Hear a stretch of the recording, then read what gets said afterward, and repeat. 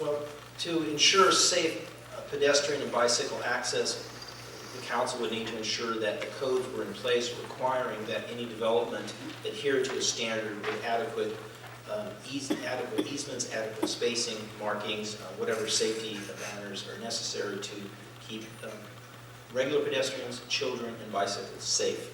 I think a prime example would be downtown and the Civic Center, as they need to become much more bicycle friendly.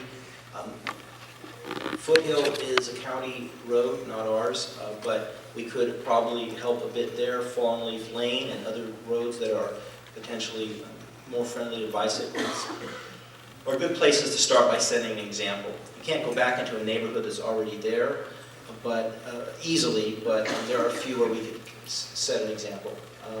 I don't think that El Camino Real is a place to start.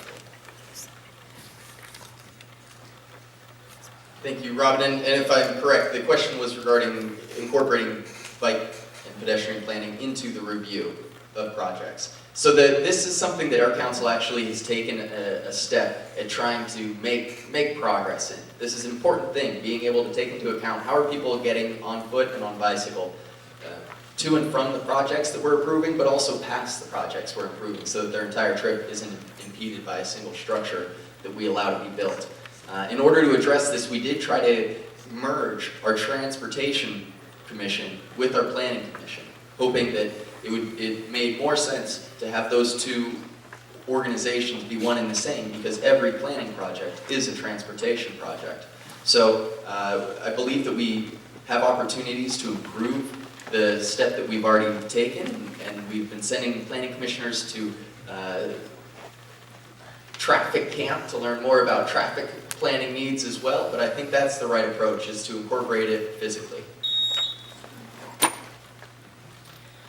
I think this is a project where we have to look at the whole city and see where we have good bike and walking paths, and then evaluate where the ones are not good.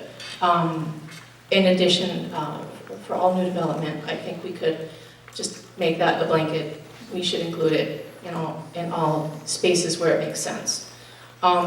We could also encourage more bike usage by creating more bike racks, more bike rentals in various areas. And particularly on Fallen Leaf Lane, I know that's a discussion point for a lot of people who live down there. It's a challenging issue because the Stevens Creek Trail is proposed that it could go through there at one point. But I talked to some people on the Stevens Creek Trail board just this past week, and anyway, it looks like it should be okay. Mike to Mary. I should probably take John's take, but I'll say a few words anyway.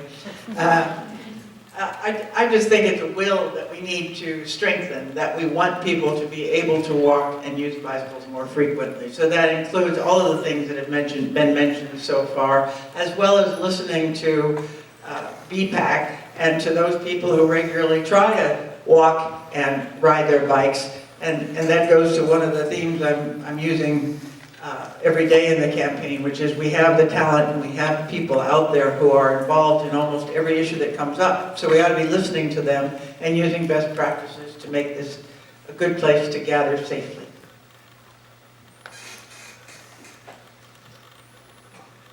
Okay, I'm totally in favor of doing the maximum we can to have bike path, because it's the way to save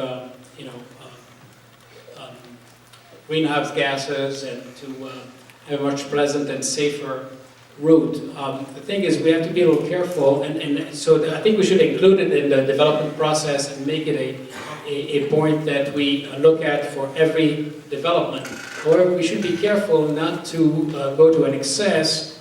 Like in Los Altos Hills, we used to have those pathways, and some extremists wanted to have a pathway through everything, even if it went through people's backyard, even though there were several other ways to go around. So we have to be sensitive to the neighborhood and not necessarily sacrifice one neighborhood for the good of the community if there are some other approaches.